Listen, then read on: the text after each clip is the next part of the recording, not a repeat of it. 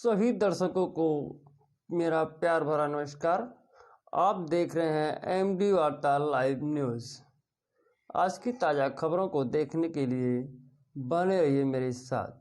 नमस्कार दोस्तों, हम इस समय उपस्थित हैं जिला कलेक्ट्रेट आजमगढ़ के पास और बात करेंगे आजमगढ़ में बन रहे राज्य विश्वविद्यालय की। तो आजमगढ़ में राज्य विश्वविद्यालय के भूमि पूजन व शिलान्यास को लेकर भाजपा नेताओं ने कमर कस ली है। 13 नवंबर आजमगढ़ में केंद्रीय गृह मंत्री अमित शाह भूमि पूजन व शिलान्यास करेंगे। तैयारियां जोरों पर चल रही हैं। भाजपा की तरफ से सभी लोगों को जिम्मेदारियां दी गई हैं। राष्ट्रीय कार्यकारिणी समिति के सदस्य माधव कृष्ण त्रिपाठी ने कहा कि आजमगढ़ की धरती ऐतिहासिक धरती है। यहाँ की धरती पर राज्य विश्वविद्यालय बन जाने से आजमगढ़ व आसपास के जिले के युवाओं को उच्च शिक्षा आसानी से प्राप्त हो जाएगी। जब भाजपा को लेकर आजमगढ़ के बारे में पूछा गया तो उन्होंने कहा कि निश्चित रूप से भाजपा लगातार अच्छा कार्य कर रही है और इस बार आजमगढ़ में परिवर्तन की लहर है। आजमगढ़ में भाजपा 10 विधानसभा चुनाव लड़ेगी और रिकॉर्ड जीत हासिल करेगी। और क्या कुछ कहा भाजपा नेता ने, आइए आप भी सुनिए। आजमगढ़ जिले में राज्य विश्वविद्यालय का शिलान्यास करने आ रहे हैं अमित शाह जी, क्या कहना चाहेंगे? आजमगढ़ के लिए गौरव का क्षण है।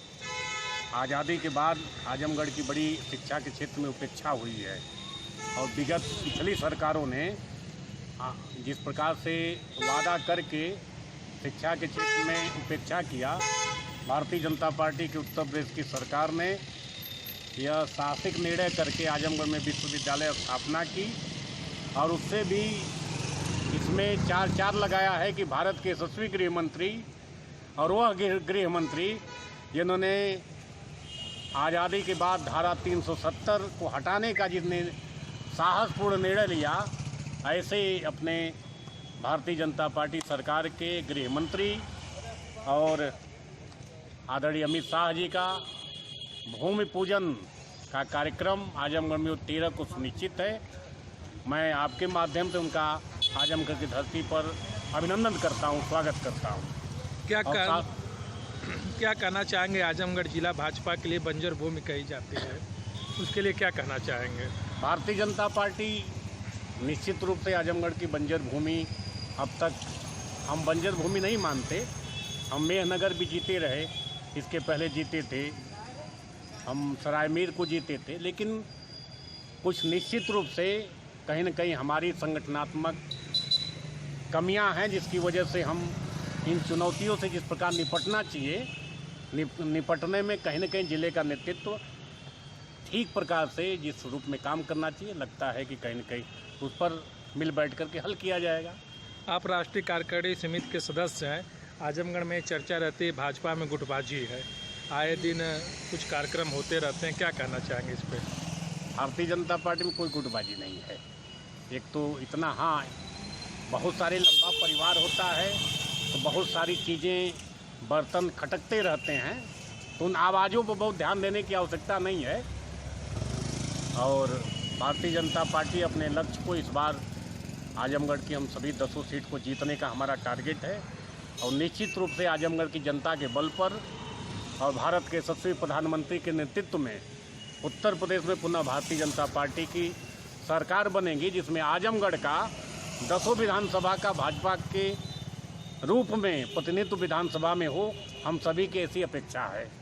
आजमगढ़ के कुछ लोग विरोध कर रहे हैं कि जहाँ यूनिवर्सिटी का भूमि पूजन हो रहा है वह शहर से दूर है, उस पर क्या कहना चाहेंगे?